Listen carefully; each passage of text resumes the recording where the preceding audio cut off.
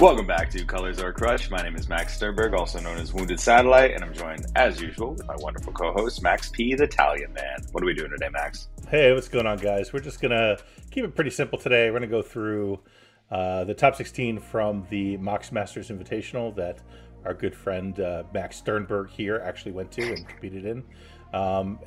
He's going to take us through some of the rounds that he experienced, and then we'll break down the top 16 and what won the actual tournament. I think with that, I mean, there's nothing else to discuss, right? We're not going to talk about. Well, we do have to celebrate for a second. Yeah, of course. I think we're good. After so much time of working for this, so much time, so many performances, one of us finally got a Rakdos Turbonaz deck onto the database. I mean, Max has been playing Florian forever. It's the deck he's known for. It's the deck he's tried to get onto the database so many times. And it's really just this amazing thing that I got to get a Rakdos Turbonaz deck on the database before you, because Obnixilis, Captive Kingpin, Ob's Palace is now on the database.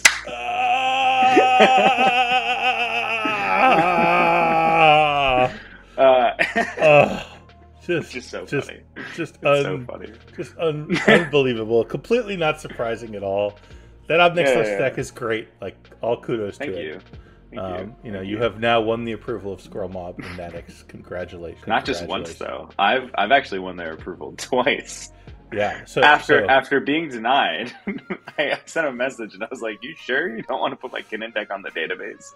And they sent me a message saying, "After checking with people, we were unaware that your Kinnan list was in fact the go-to Kinnan list for people. So we have made an exception, and Grind Them Into Dust is now also on the database." Yeah. So after 2 years of me submitting Florian over and over and over again and being told, sorry, Rakdos just isn't that good and we're not going to put a Rakdos Turbonaz deck onto the database, I finally give up. I stop submitting it. And the first cycle where I don't submit it, bam, we get not just one, right? It wasn't just your Obnixilis deck. Wasn't there like three versions of it? Like four of them on there. It's pretty funny. It's pretty funny. Why? Whatever. Yeah. Screw those guys. I have zero respect for the database, just to be clear at this point. Yeah, I mean, putting my Kinnan deck on there is a step in the right direction. You know, it kind of shows that they're trying to make it a database of good decks. You know what I mean? Yeah, and the worst thing is you'll hold this over my head forever. Yep. Who's the first of us to get a Rakdos deck in the database? Yeah, you.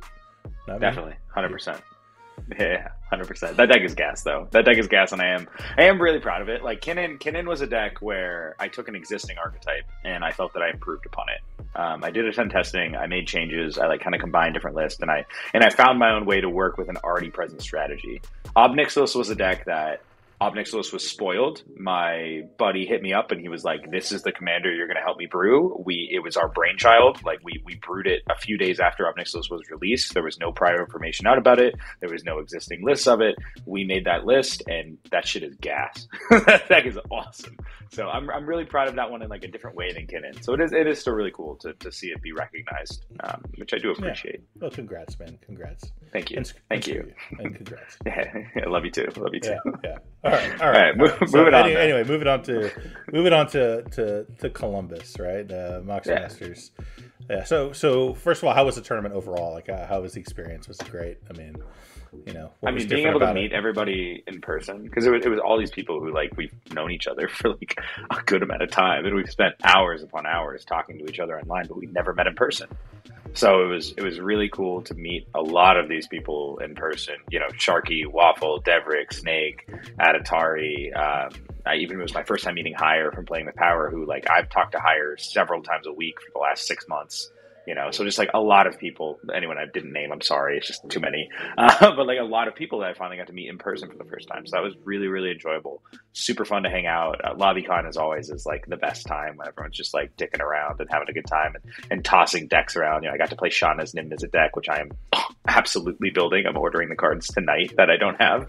That was, which by the way, I will say that is, of every deck I've ever tried in the format, that is the most fun I've ever had on a deck that's not Kinnan. was playing Niv Mizzet. Nice. I think there's a good chance that might be the next deck I take to a tournament after Kinnan. I really, really enjoyed it. And then, yeah, I mean, it was such a good time. The tournament itself, a little stressful. It depended on your pod. Every pod was pretty different. And I mean, the pods were wild because every pod looks like a top 4 pod. You know what I mean? Like, it's all people who are known. So like, that was why going into it, I was like, if I don't top 16, it's okay. You know, this is one where everyone here is like, should top 16. Like, they are all people that you expect to top 16. So if you don't make it on this one, it's not like the end of the world. Which sadly I missed out. I came in 18th place on the rankings. I just missed the cut there, but kind of a fault of my own. I made a mistake that I'll go over pretty soon here, I think. Yeah, I'm familiar with being just out of top 16. It's not a great feeling, but it's not the end of the world either. I mean, you still competed hard, you know, and had a good time. So it's all good. Definitely. It's all good. Yeah.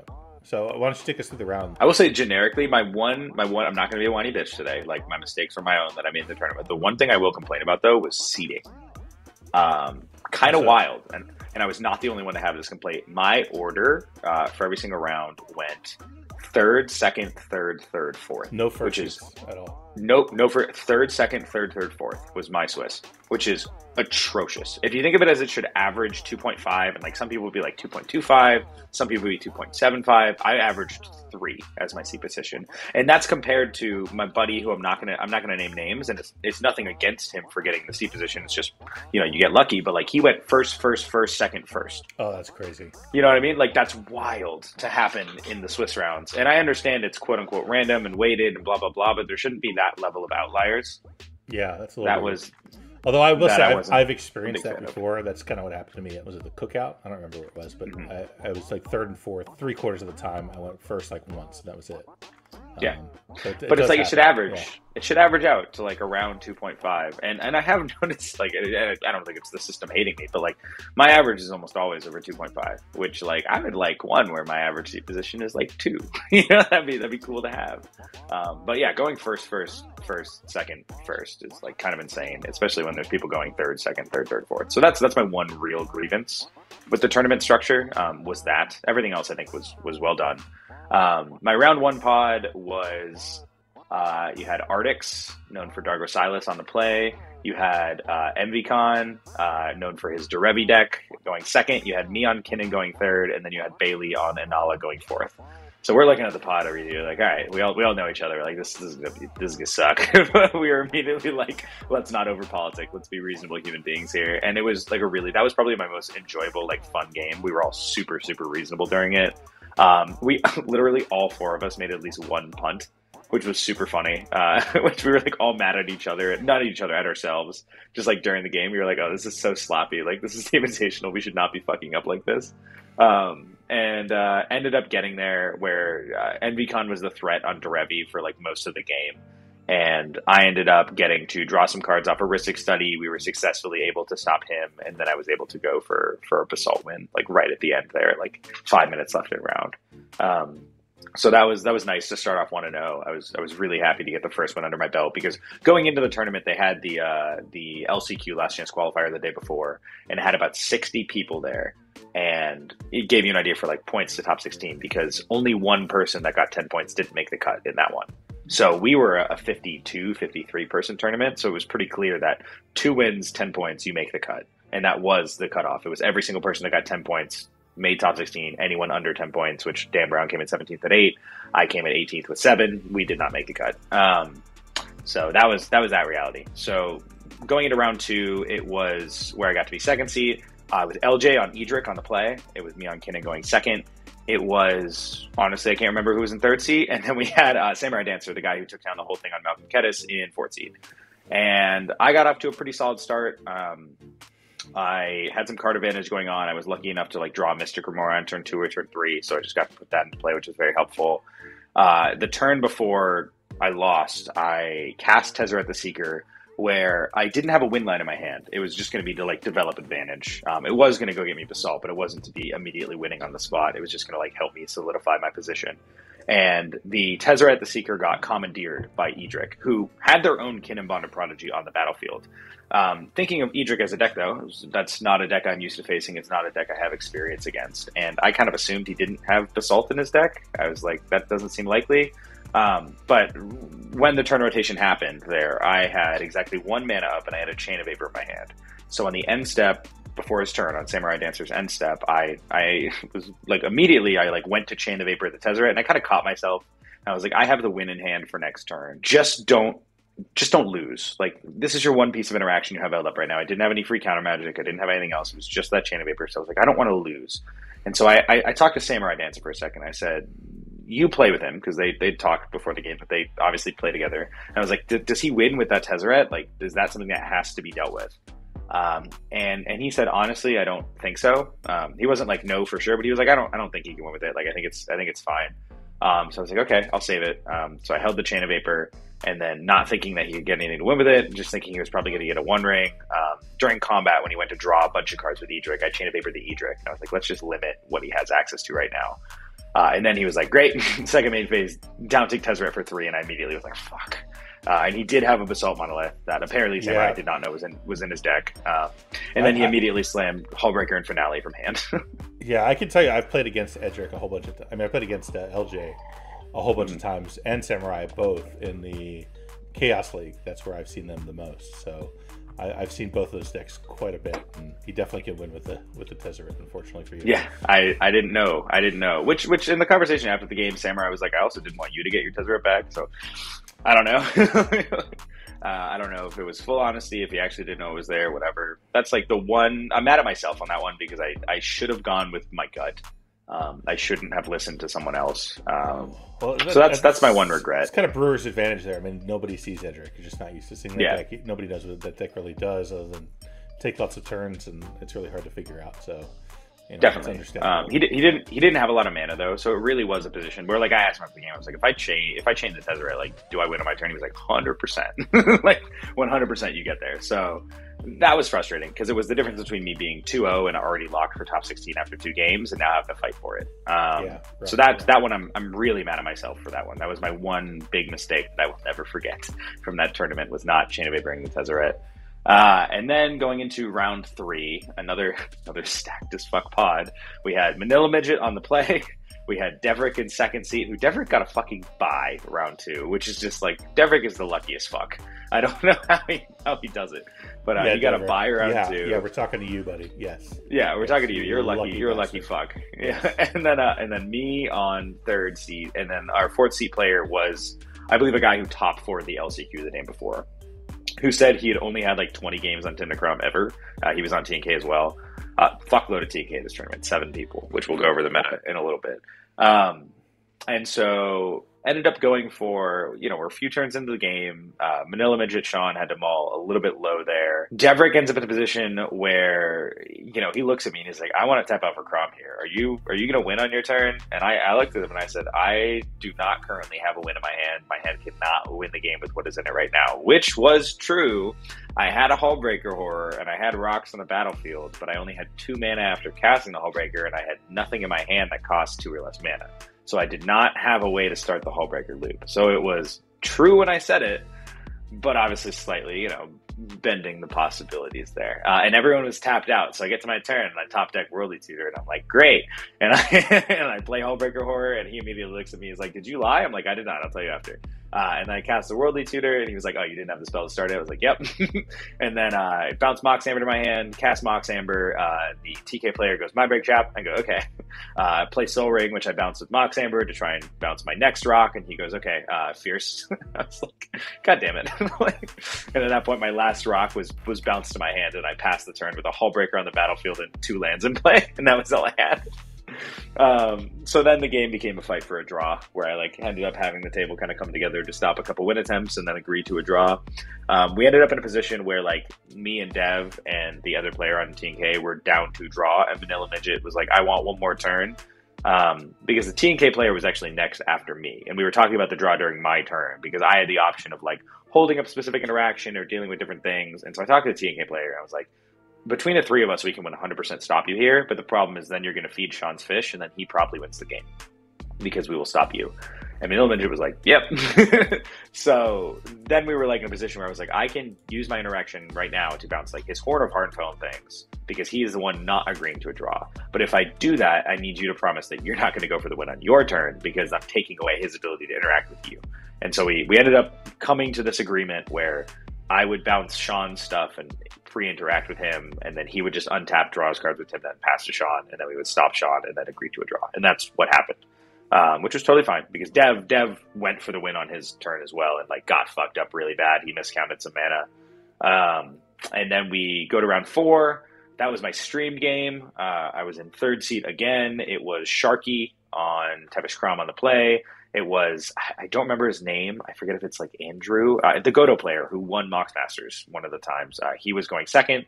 I was on Kinnan going third. Waffle was going fourth. I think I said this was the stream game, so you can go watch this one on Twitch if you're interested. This one, it felt like my deck just failed me.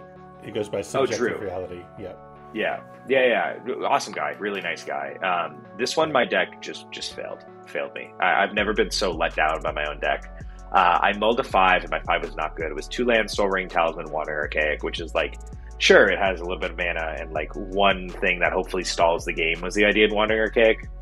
Sharky. Yeah. So it goes Sharky, just like, I think played a land and pass pretty much. And then Godo just went land, Chalice on 0, which I was like, thank God this wasn't like a mana crypt hand that I kept. And then I go to my turn and I land Soul Ring, and Sharky missteps my Soul Ring. Rough start on my mull to 5. And then Waffle goes like land Ragavan. And then Sharky on his turn 2, just like pretty much land. Oh, he gets out Tevish and then passes.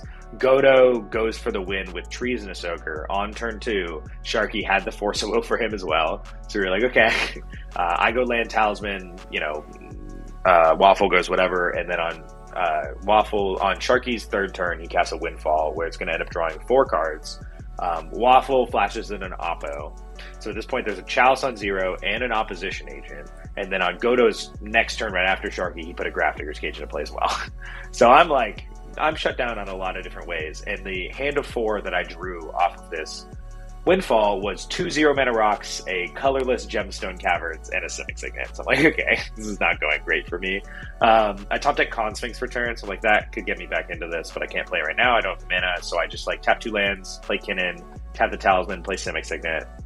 My following turn, I play Consecrated Sphinx. This is where the deck really failed me, because I ended up getting a full cycle of draws off of this Consecrated Sphinx. I ended up with a pretty large hand here.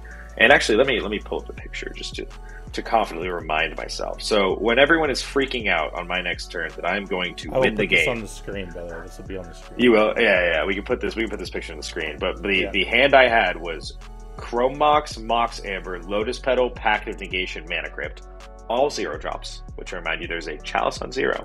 There is an Opposition Agent. 2 of my cards were a Fetch Land and Moonsilver Key. And then there's the Grafdigger's Cage, so like the Kinnan plan doesn't matter. And Kinnan also died because there was a Bowmaster the second I played Con Sphinx, so like Kinnan died immediately. And I had a Mystical Elf and a Seedborn Muse, which do nothing without the Kinnan plan. And I ended up revealing my hand to pretty much the entire table when I was like, look guys, I am not the threat right now. Let's save your fucking interaction for what matters. And I revealed my hand except for 2 cards. You notice there's 2 other cards in this picture, and they are Endurance and Otawara. The Otawara I figured was my one way out, in a sense, if I could find a line for something. And I told him, I was like, this is not proactivity. It is some level of interaction that I'm not going to reveal. And the Otawara came on like a couple things. It was like, okay, you can stop certain pieces, potentially save me. And then the Endurance was really important because I was against Tevish Krom and Blue Farm, and because there was a Grafdigger's Cage on the board, their Breach plan is not online, which means if either of them is going for a win, it is almost certainly going to be a Thoracle line. They are going to try and get to Thoracle, and Endurance is my best piece of interaction to stop Thoracle. So I didn't want to reveal those 2 cards. Then everyone can play around it. That's no good. Yeah. Exactly. So I couldn't reveal the Endurance. I ended up revealing it to the Godo player because I was like, you can know about this. But it was pretty frustrating because the table like politicked really hard to use pretty much all of their resource to get rid of my Con Sphinx, and like doing wild stuff like the Godo player gambling into the Opposition Agent to try and get answers to it. I'm like, the second these Consphinx, because I ended up with a clone of the Consphinx that died immediately, one of the removal spells.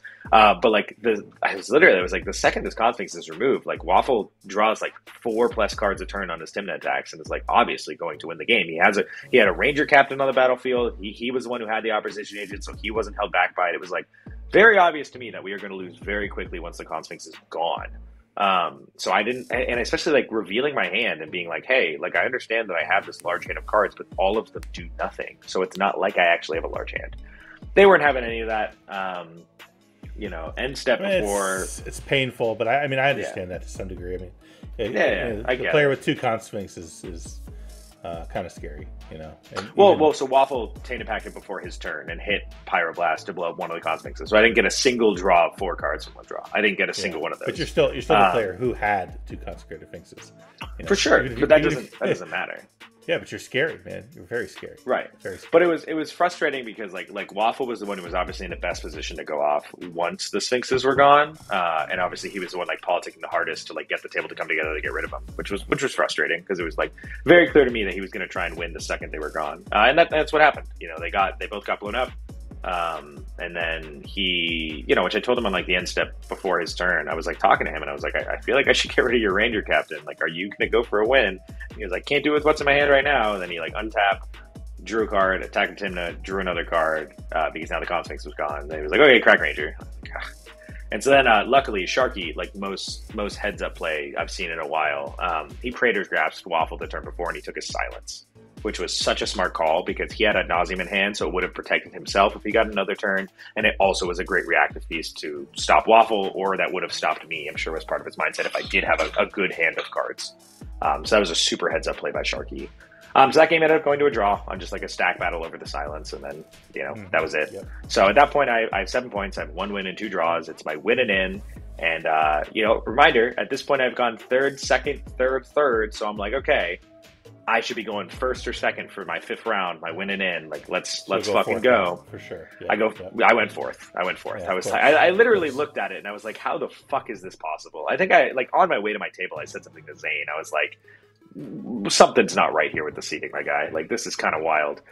In that round, I was against Adatari, our buddy on Atraxa on the play. We had Big Richie, one of the guys in the top 4 on Quark Silas, going second. It was, I don't even remember, going third, and then I was going fourth. And this was another hand that was, my deck let me down, which like twice in a row was pretty frustrating. I mulled to 5 again, and it was again a shitty 5. But I was like, I'm in 4th seat. It's not even like I can like really mull for a Fissuristic that's probably going to get me into this. So I kept like a 5 where if I got to turn 3, I'm slamming down like Wanderer Cake and Glen Elendra and like trying to control. Just trying to stall the game a little bit to see if I could find something later, and I didn't even get a turn 3. Big Richie won. Couldn't do anything. But it was like back-to-back, just like low mulls where the deck just couldn't give me anything was maybe pretty frustrating. A future episode, we should sit down and kind of talk through, the seeding disparity in CDH at some point, just because it's definitely a thing. And I'm a believer that there needs to be some kind of small adjustment of some sort to equalize a little bit. I don't know what that answer is, but something to explore, in a later episode, I think. But there's something. There's stuff to think about there for sure. But so that was my tournament. It was only 5 rounds for the Invitational, and I knew I wasn't making top 16 and 7. I didn't realize it was going to be that close where I'd be 18, but like it was disappointing. And that was really like I kept looking back to my round 2 where I was like, if I just Chain of Vapor the fucking Tezzeret, I would have been locked already, and I could have been so relaxed. So having to like have all that unfold in front of me, like the round 3 was like, okay, I tried for the win, like we didn't get there, no qualms with that, that's just how that goes. But 4 and 5, the deck just kind of letting me down. I was feeling a little shitty, but then LobbyCon was fun as fuck. LobbyCon was fun as fuck. I did make some changes to Kinnan for this tournament that I should probably go over. The biggest one that is a permanent mainstay in the strategy now is Trinisphere. Hire has been trying to get me on that card forever. I know you've already felt the impact of me adding Trinisphere. You felt it several times. I have resolved Trinisphere at this point in time, I think about 15 times since I added it in, and I have won 100% of the games I've resolved it. It's been kind of wild. Like I've even played it when it seems like you shouldn't play it, just to like test it early on, and like the first couple times I tried it, and it was like it's still what got me there. It's kind of crazy. We just make so much more mana. We're able to double spell first. People can go for their win attempts, but those win attempts are pretty much always unprotected. You can choke people on mana and use it like a defense grid. It's tutorable with Trophy Mage. It's been like an all-star. Talk about the other piece of tech you added too, the blue card you added. Yes, so that was my next one. I did this one specifically for this meta. This is not a card I'm like planning on keeping in the main deck. I think I already moved it off of my like actual list. But you know, I got there a day before the tournament. You know, we're jamming games in LobbyCon and we're talking to people. And I really got this like vision of the meta where I was like, it's a lot of Tivit, Atraxa, Blue Farm, various Thrasios decks that have Kinnan in the 99. I knew there were going to be one-ofs like Derevi and Yidris and Niv Mizzet. And they were just like all in, even Gyruda. And I was like, it's a lot of blue creatures. 5 minutes before the tournament, literally, I said, fuck it, let's add some spice. And I tossed Lawan, Cephalid Empress in, which ETB, bounce all blue creatures your opponents control, and your opponents cannot cast blue creature spells. Shuts down Kinnan line, shuts down Thrasios bullshit, no Tivit, no Atraxa, no Hullbreaker bullshit out of anyone. Just like shuts all of it down. So I was like pretty excited about the card, and I was kind of high on it. And genuinely, if you go through most of my matchups, like card would have been decent for sure. Like there were definitely like the worst one probably would have been the like Tevesh Grom Godo T&K matchup, but like all my other rounds had like actual like decent matchups for Lawan. Not a card I'm expecting to like play in a blind meta, but in that meta where I had a pretty good vision of it and it was what it was, which if you look at the meta breakdown, like that is what it was. Lawan seemed like it was going to be insane. Unfortunately, awesome. I did not see it once. Didn't see it once the entire tournament. Didn't see it once. So anyway, that segues pretty nicely into what was the meta like. You know, and like you said, I mean, I see a metric shit ton of Blue Farm. I mean, it's kind of crazy. Kind of crazy. Like what, 52 decks in the tournament, and what, 7 of them were you said 7 were Blue Farm? That's insane. 7 are Blue Farm, and 3 of them made top 16. So 7 out of 52 here. Quick math. I mean, that's 13% of the entire meta is Blue Farm. That's just kind of wild. That's bonkers. It's kind of wild. Bonkers. That kind of tells you what everyone thinks the top deck is still. Right. Which, I mean, it was all also like a lot of them were just our buddies. Like Waffle was on Blue Farm, Snake was on Blue Farm, Deb was on Blue Farm, a random guy from the LCQ was on Blue Farm. Like I saw, like, you know, I was against Blue Farm most of my rounds, honestly. But then at the same time, it was 3 Atraxa, 3 Dargo Thras, 3 Thrasios Vile Smasher was kind of a surprise to me. 2 Rogside, 2 Kinnan, 2 Bruce Thras, 2 Tivit, and then a metric shit ton of one-ofs. But if you look at those one-ofs, it's a lot of blue creatures. Malcolm Kedis, Narset and Lion in Exile, Krark Silas, Crom Tevish, Edric, Yidris, and Nala, which, like, I had a Nala in my matchup, and I was like, oh, if I actually hit, which I thought about it during the matchup, I was like, if I hit Lawan, they can't cast Spellseeker. Like, it was, you know, like, you know, even there was an Elsha, like, there was a Niv Mizzet, Elsha, like, there was a ton of one-ofs that, like, it really would have affected. Yeah, that's actually pretty wicked, because it'll bounce everything, and then they can't recast it, so that's actually... They can't recast it. Oh, you want a Glinthorn combo, but you don't have a Malcolm. That sucks. Yeah, and you can't cast it until you remove this. You can't cast it. Yeah, no, it's great. I don't know. I kind of like it. I kind of like it. All right, so moving through. Let's go through top 16 if you don't mind. Okay. So and first, and sure enough, the number 16 deck is Blue Farm. Blue Farm. You know, and was this actually Hellenium? Hallie. Yeah, Hellenium. There you go. I don't know him by name. Which guy was it? I've never met him in person. I've played against him online a bunch of times, but never met him in person. Okay. Looking at his deck, though, his deck's pretty stock. I don't see anything, any Blue Farm craziness. Everything looks pretty straightforward. No spiciness at all. It looks very, very vanilla. Blue Farm. When I look at Blue Farm, I look for a few specific cards that are like not in every deck. I'm always curious if they have Reanimate and Metamorph, because I know those are like two things Waffle has been preaching, and a lot of people have hopped on and tried them and said they like them. I always check if there is Born Upon a Wind by itself or with Necropotence. This one is on Born. It is not on Necro. It's not on Reanimate. It's not on Metamorph. One tech piece that I have not normally seen in Blue Farm is they are Untouched the Spirit Realm. I would say is not a normal Blue Farm include. Yeah, and I don't see the white stacks pieces, so I don't see like no Containment Priest. So he's not trying to do any of that cuteness. There's no Curse Totem. So very straightforward, not trying to do anything cute. Just trying to play all the best Blue Farm cards they can. So moving on to 15, we got Yidris. So you got to play this deck in LobbyCon. So why don't you tell? Oh yeah. Why don't you tell us about not just in LobbyCon. This is a guy who I'm around locally now. He was at every LGS tournament I've gone to since I got back to Ohio. I spent some time brewing this deck with him. a few days before the tournament where like he wasn't on Swan Song, and I was like, bro, like let's get you on Swan Song. But yeah, no, I've played against this deck several times. I've played with this deck now, and it's a fucking blast to play. It's so much fun. It's a really cool deck. It is a deck that is trying to just win the game confidently on turn 4. You hit with Yidris and you win almost like every single time. And it's built to do that. And it's got some really awesome spicy includes like Inevitable Betrayal, where like these are, a lot of them are like 0 drops that you can cascade into. So like it has Profane Tutor and Wheel of Fate, Inevitable Betrayal, these suspend cards that you cascade into with Yidris when you just cast a 1-drop, you know, oh, I get Probe after, I Noxious Revival just to get the Cascade trigger. And you're going to hit either like mana advantage or one of these really cool spells. And one of the lines that he wasn't aware of until I told him about it was, I was like, if you Inevitable Trail into Hullbreaker Horror, that goes infinite with you. Because if you can infinitely use your mana rocks, you cascade through your deck for those ones, so you hit your mana rocks, and so you therefore get the infinite mana. And then Yidris is an effect on every card you cast from hand until end of turn. So then whenever you cast Yidris, you are able to cascade into any of your win cons in any order you want, because you can do it infinitely. Sick. So he was like, that's actually gas. He didn't realize that. So I was like, yeah, if you get to Kinnan, just steal that Hullbreaker Horror. There's so many cool spicy cards in here. I mean, yeah. Like Song of Creation. God, I love that card. Yes. I never get to play it. It's Yeah. what the deck is named after. Oh, it's not anymore. Now it's Born to Storm. It used to be named after Song of Creation. I actually convinced him to cut this a few days before the tournament, and then he re-edited it back in. He was trying to decide between Song of Creation or Birgi. And I told him, I was like, Birgi's a card that you can play and then pass the turn, and Song of Creation does not let you do that. But Song of Creation is a 1-card win con in the deck where like it will get you to the win.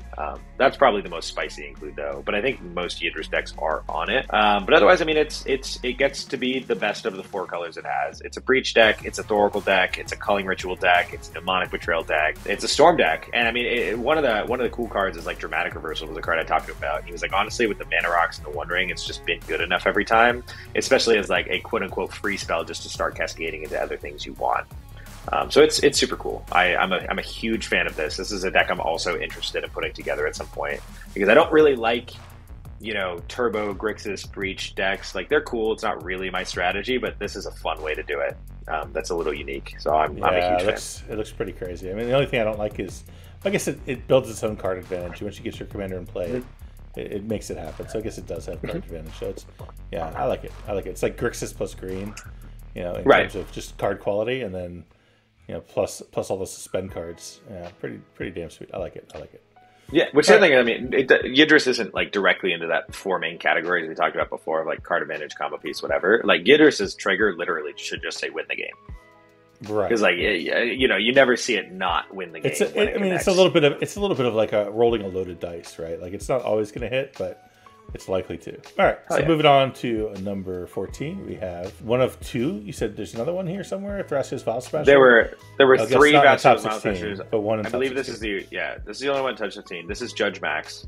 Oh yes, very nice. Yeah. Well known guy, super nice guy. Looks like it's the Breach version. Oh, it's got Basalt Metal. Okay. Oh man, this deck is sweet. It's an infinite combo dot deck. Yeah, this is like Kinnan and Blue Farm had a baby. It's really cool. I'm a fan. Which also I do like the name. When in doubt, Jund out. Yeah, hell yeah. I do like that. But again, I mean, it's another 4-color pile. You know what I mean? It's literally the same colors as Yidris, which is kind of funny. So you definitely see a level of overlap here in card quality, with the difference being that this one is slightly more creature combo versus pure storm. So that's why you get your Kinnans, your Finales, your Teamers, you know, Teamer Sabertooth, that kind of effects.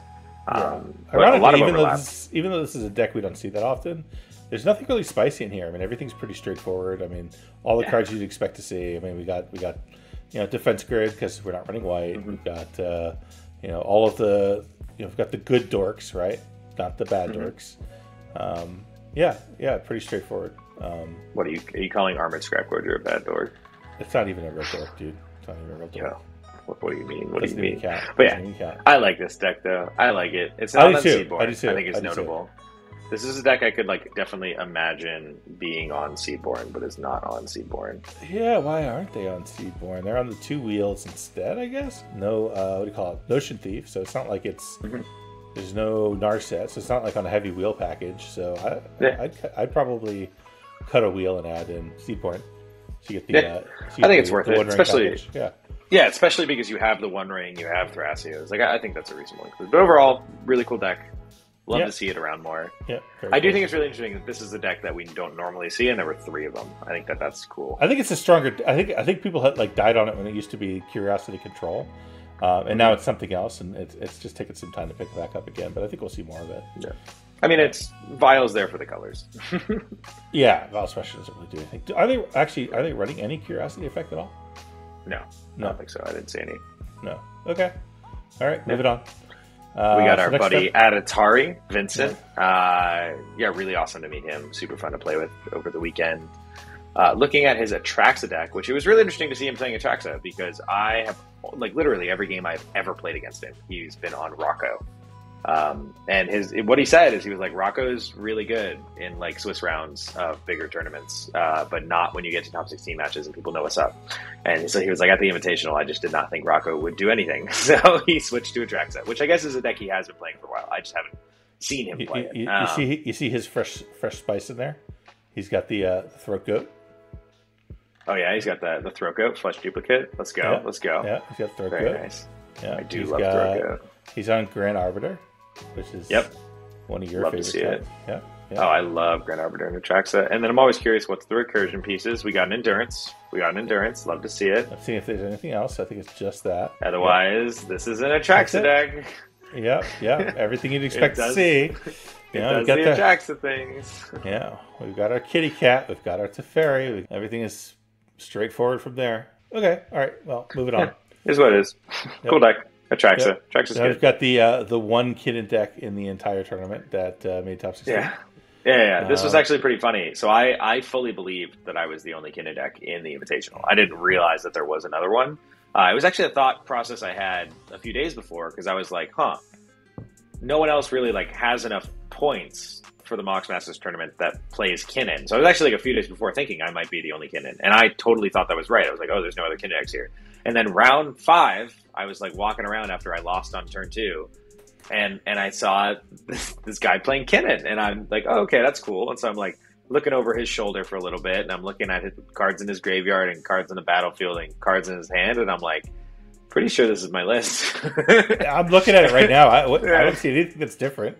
Is there anything in here that's different? So he added Delighted Halfling and Agatha's Soul Cauldron. I believe that is it. Nice. Nice. Oh, and Last March of the Ants. Those are the 3 changes. I've heard you talk about that all the time, though. I know you like that card. Yeah. I mean, I don't like it in Kinnan. Okay. But yeah, overall, pretty much this is grind him into dust. Is pretty much what it was. And it was really funny where, swap 3 things. And then he, after the matchup, he turned to me and he goes, oh, are you Wounded Satellite? And I was like, yeah. And he was like, thanks for the list, man. Like, that's funny. Glad it's working for one of us. That's hilarious. Yeah. Well, cool. All right. Well, moving on to number 11. We got our second Atraxa list. This is Andy. This is NATO. This is NATO. Of course, Andy. NATO. Buddy of mine. He was the guy who beat me in SCG Con, who I have now faced multiple times in local events. Good guy. Big fan.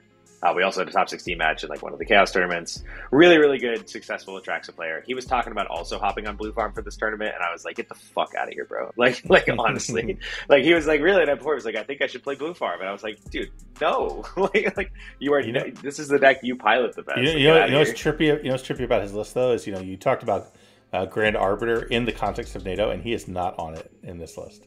Yes, he was the first person I saw be on it, and he took it out, and then we talked about it like weeks ago, and he told me he wasn't on it, and I convinced him to put it back in, and then he was back on it, and then he took it out again. He is from Italian, though, by the way. Yeah, he's Italian. He is on Italian. I actually ran this list. This was a really fun list for LobbyCon. I tried to pull some buck shit, dude. It was like my second game that I've ever played Atraxa, and I was looking at a hand that had Demonic Tutor Silence and Demonic Consultation.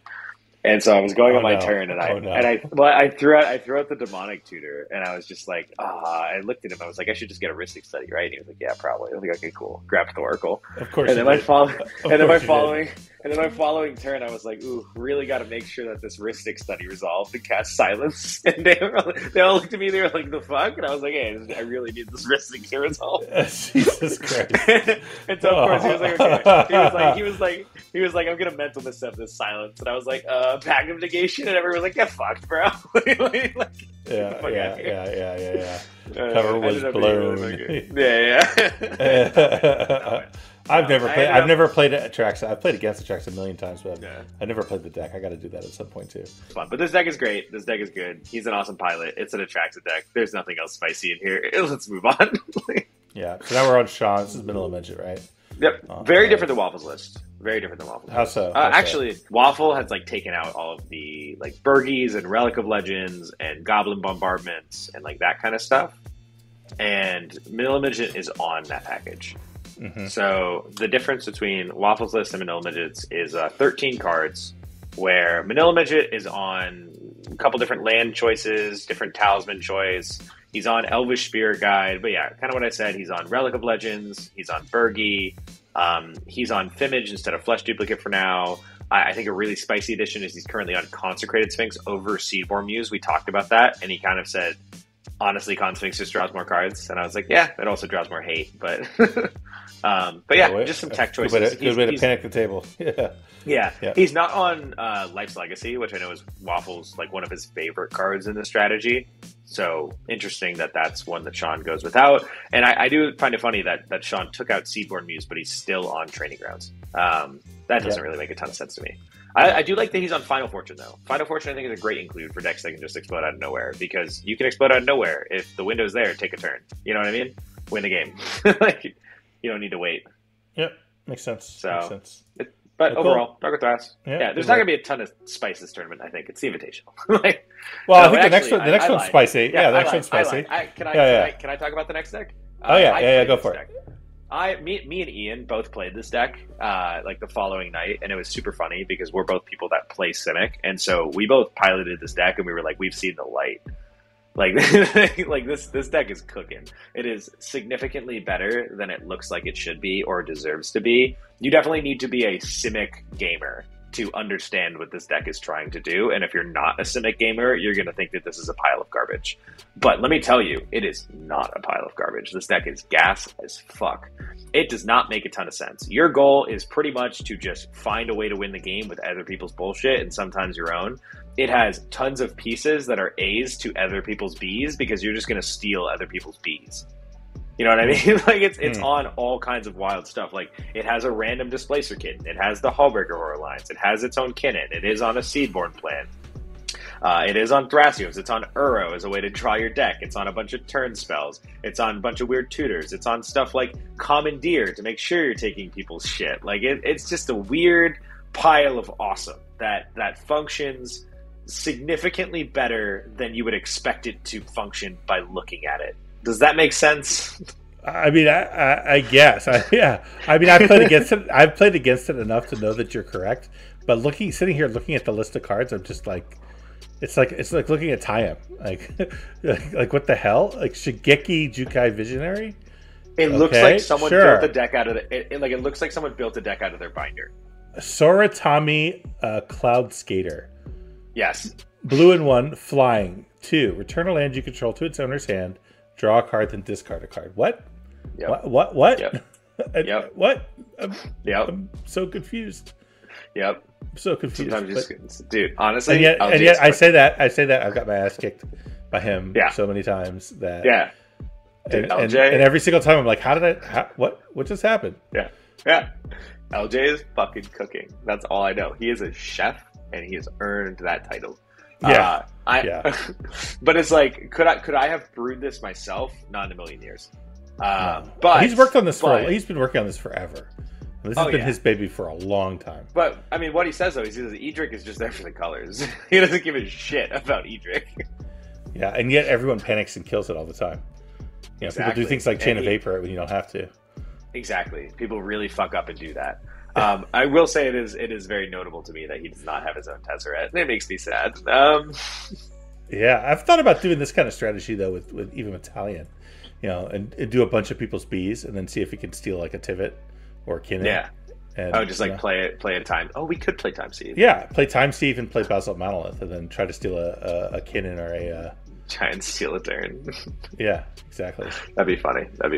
Yeah, we could. Yeah, you totally could.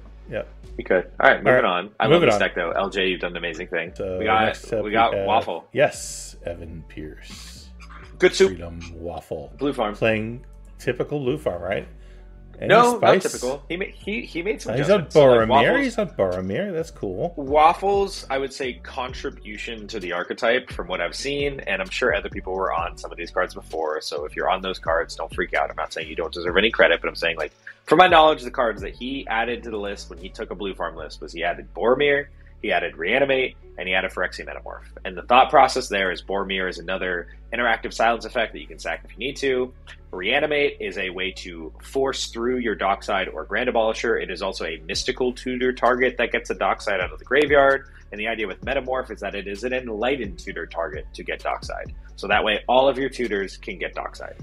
Which I'm sure comes from him playing Dargo Thrasios, where all you want is Dockside. So It makes sense. He's not on Born Upon a Wind. He's not on Necropotence. He's on good, grindy, find my window, breach combo. You got dunked on. Yeah. And he's really, really good at it. And what we didn't see in the other Blue Farm we looked at was either Boromir or Lavinia. And he's obviously chosen Boromir here, which I think is correct. Better. I think that's correct for Blue Farm. Better Tymna attacker too. Exactly. It's good. It's a good attacker.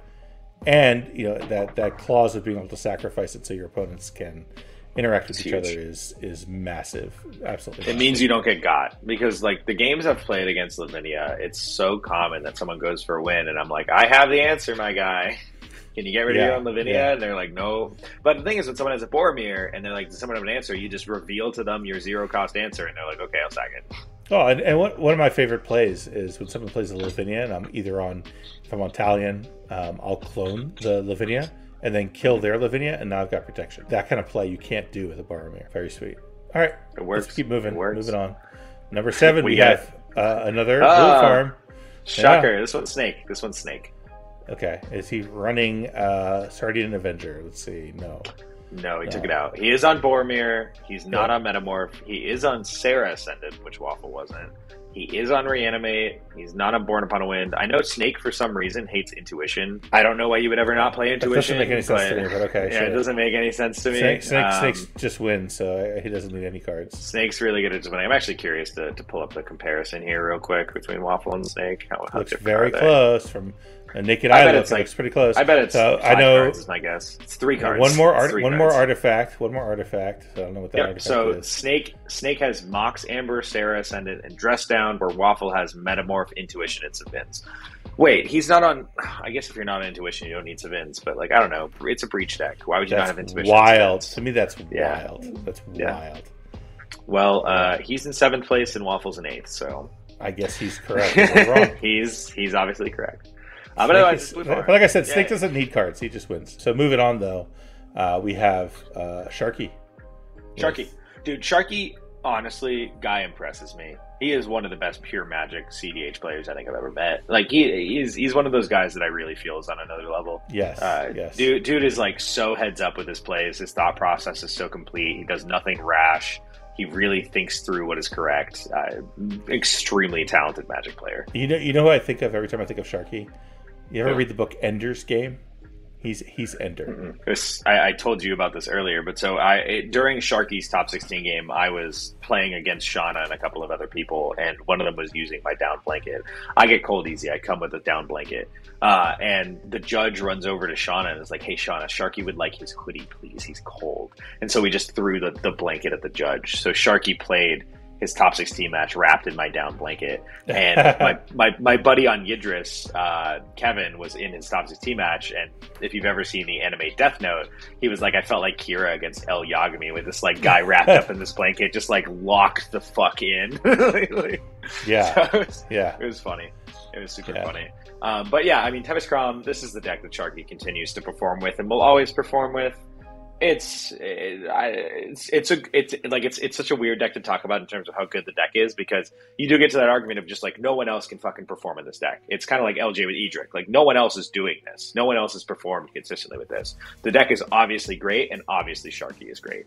So, I don't know. Yeah. It's a pile of Grixis good shit.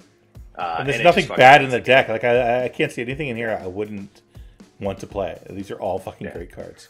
Honestly, I think the most suspect to me is probably the Conqueror's Flail. Is a little awkward. Oh hell no! Having that card a makes cheap commander. Yeah, oh, not no, having I a cheap get it. Commander. Okay. I get it. He can attach it to anything, and it's a he can't run white, so he's not running Grand Abolisher. So that's fair. Makes sense. Yeah, I swear by that card anyway. You just Praetor's Grasp for a silence. It works. The card I do want to shout out every single time I ever see this list, as we talked about in our top 15 video, Mystic Reflection. Mystic Reflection is a casual favorite of mine, and I love that he is taking advantage of it in CDH. You choose any target non-legendary creature. The next time one or more creatures or planeswalkers enter the battlefield this turn, they enter as copies of the chosen creature. So being able to just make 2 tokens with Tevish on any turn, you can just target a Dockside and make 2 Docksides, targets a Gilded Drake, make 2 Gilded Drakes, target whatever the fuck you want, make 2 of them. It's so cool, and I'm like, it makes me literally excited every time I see it in this deck. I love that it is included one of the top decks in the format. Yeah, hell yeah. This is a deck I think I want to sleeve up at some point. It's my kind of deck, so it's really cool. And unfortunately, Sharky, I don't think he's going to the Top Deck Expo down in Atlanta. Yeah, he's not. I asked. Sadly, I will not get to play it there, but oh well. All right, moving on. So now we have Zane, who my understanding is he hadn't played CDH in like 6 weeks or something, and he was. Well, no, he played with me a week and a half ago. But that's like the only other games he played. And he like rolled out of bed and he's like, I guess I'll play some CDH today, and made top 16. That's what Zane does. I will say I've definitely seen him playing some more games. I mean, these last few weeks he definitely didn't just. So is he downplaying it? Is that what you're saying? Is he maybe? But Jesus Zane, Jesus Zane. He's a cocky motherfucker, but he can back that shit up. He can back that shit up, dude. He was talking all day. He was like, "You can pre-record interviews with me as the winner. Like, I'm gonna get this." I saw that. He was like, "I've seen visions from God that I'm winning this tournament. You guys can all just concede to me right now." And he was locked in. I mean, he went 3-0 to start, just dunked on people on some like fucking wild lines that he was like, "Oh yeah, I fought through Mindbreak Trap, Force of Will on my turn and still won." Insane. Like pretty wild. I don't see anything different. Like this list looks unchanged. No, it's the same one. It is 100% unchanged. I don't believe he changed the card for it. The one thing I think he lost his top 16 match. He said solely the only card that blew me out was Flusterstorm, and the guy had exactly Flusterstorm. Yeah. He had an answer for everything else. So he is about the most cutthroat Rogsai like deck and player I've ever experienced. I mean, he is absolutely suicidal in his win attempts. He does not give a shit. He's like, he just goes for it. He will demonic consultation for anything. He is plays absolutely unafraid, and it works for him. So oh yeah, it wins. Amazing. Yeah, mad respect for Zane. It was pretty funny. Rogsai was another deck I played in LobbyCon. Won with it. It was a really fun deck. Zane walked up behind me and was giving me purposefully wrong information. Which he was doing that. He literally turned to people and was like, "I don't want you on the deck. I don't want more good players on the deck." That's funny.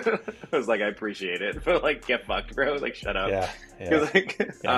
My testicles aren't large enough to play his Rogsai list. I just can't do it. I'm too afraid. Yeah. So now we're moving on to our top 4, and we have Say Weatherlight Captain by Jeremy Davis. So who is that? That's Tap Space. I don't know who that is. I've never played against him. Not a guy I knew. Yeah, not a guy I was aware of or that I've ever played against. Looking at his Sisei deck now, looks very standard to me with like what people have been doing recently with like similar to Ian's list and stuff. Talion doesn't include. I've seen in some that isn't in all of them. Not running the doggy. I was looking for the dog. It's not in there. Oh, the Doctor Who dog? Yeah, Doctor Who dog is not here. Oh, yeah. So. I don't see any Doctor Who card. This looks like almost identical to Ian's Sisei list from what I'm looking at, though. Do a compare. It's the same. You want me to do a compare here? Let me pull it up real quick. I can go to Ian's Treasure Series 3-1, which I'm sure will have a little bit of differences here, but I think he didn't change many cards going into SGCon either. It was really just like adding Soul Cauldron and a couple Recent includes. So it's 17 cards different, actually. A lot more than I would have expected. That's a lot. Yeah, that's a lot. That's a lot. I mean, the ones that I haven't seen in all Sisei decks that are like cool to see in this one. Okay, so 17 is kind of inaccurate because some of these cards I've seen Ian play. It's like Ian is on Blind Obedience, he is on Dihada, he is on Miambi, so it's not like 100% there. But some of the ones I know Ian is not on. I don't believe Ian's on Sky Turtle. I don't believe Ian's on Fire Covenant. I don't believe Ian's on Talion. I don't believe Ian's on Ashiok. I don't believe Ian's on Urtai. So there are definitely some pieces that are different. Moving on to number 3, we got Big Rich, right? Big Richie? Yeah, Big Richie. Big Richie on Kroak Silas. This is a deck that, from what I've seen, it's like you're winning on turn 3 or you're like hoping for some late game bullshit. I mean, it's kind of what the game plan is basically double tutors. I mean, that's really what it's trying to do, right? It's kind of mainly double Demonic Consultation, because the idea is Demonic Consultation is a 1-card win con where the first one gets the Oracle and the second one goes through the library when you copy it. And that's how he beat me. That's how he won the game in the top 4, because the top 4 was a best of 2, which I guess we haven't actually talked about it. We can mention that at some point. But yeah, I mean, it's a deck full of like 1-card win cons because of Kroak. And then it also gets to run the full Grixis Breach type package. Yeah, well, it made top 4, but you know, live by the flip, die by the flip, I think is the way this works around. Oh yeah, which I do like compared to Kroak Sakashima, where I think like a lot of your flips in that type of deck are value or control. This is one, because it is double tutoring, where your flips are win the game if they resolve. Right. So that's kind of the difference with Black, which has been pretty cool. And I mean, it is a very powerful, strong deck that obviously, you know, you're going to lose some games to variance, but you're going to win a lot of games based on variance too. Because Kroak, when your flips are hitting above 50%, feels broken. Curious how many of these decks in the top 16 are Grixis colors. I mean, so many of them, right? Oh, it's kind of insane. 1, 2, 3, 4, 5, 6, 7, 8, 9 of the top 16 decks have Grixis. Yeah.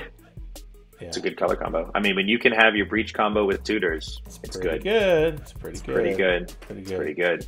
All right, so moving on. Oh, sorry. Number Did 2. you want to say something about Kroak? No, we'll get to that next. Yeah, but number 2. Number 2. Kai. Yeah. Fervent Alchemist on Narset Breach. He's been working on this deck for a while now, and clearly that shit is working. Deck is awesome. Deck is really, really awesome. I actually have a Narset deck, and I'm curious how close it is to this. This was one I brewed with my buddy Cart. Like early on after it came out, we kind of looked at it and we were like, this could be such a cool Breach deck, because you have the ability to just like buy back your Breach and try again if you need to. So yeah, this is Breach.deck, isn't it? I mean, the whole it's Breach.deck. I mean, he's got lots of mill cards in here. Basically, blow up his, you know, fill that graveyard and then go for it. I mean, it's really what it looks like he's trying to do. And I think he called it. I think he referred to it on Twitter as like a crackhead Breach deck. Is what he called it. Yeah. Wait, so me and him are like 28 cards off. Looting. Yeah. Well, he's got some crazy shit going on here. He's got, you know, Jace the Perfected Mind, right? He is milling the shit out of himself and going for it. I mean, that's what this deck is doing. Which is cool. Really cool. Really love crazy. seeing Rushing River is such a cool include. He's on Angel's Grace. Otherworldly Gaze. Just gets people. Grace. Yeah. Dude. Yeah. Dude, this deck is sick. This deck is cool. And he's surprising the shit out of people. They don't know what he's doing. You know. I wonder what is he grabbing. What is he grabbing with Transmute Artifact? The One Ring, I guess. Oh, Grinding Station. Or Lightning Greaves. Oh, Grinding Station. Grinding Station. There's got to be Grinding Station, the One Ring, or Lightning Greaves would be my assumption. Yeah, Grinding Station Breach is how he probably wins a lot of games that way. Yeah, that's fair. In those colors, that's the way to do it. That's super cool. Yeah, this is an awesome list. It's an awesome brew, and I mean, well done, Kai. Really, really well done. I think we're going to see a lot more of it. I think we're going to see Kai a lot more. Because I think he found a deck that he loves. I think it's just my from a distance my interpretations. I think he's really enjoying this deck, so I think we'll see a lot more of it. Mm-hmm. So, kudos, man. Well done. So I guess before we get to the number 1 deck, you know, this was a peculiar final format. So why don't you talk about what they did? Yeah, so what they did is the last game of the Invitational that everyone had worked, you know, a year to get to, they didn't just make it a 1-game finals. It is a best of 2 format. First to 2 format, where it's the first person to get 2 wins gets the trophy out of the final 4 pod. And I was a little worried that it was just going to be same seat order for every game, because that feels kind of ridiculous. But they did fix that as well.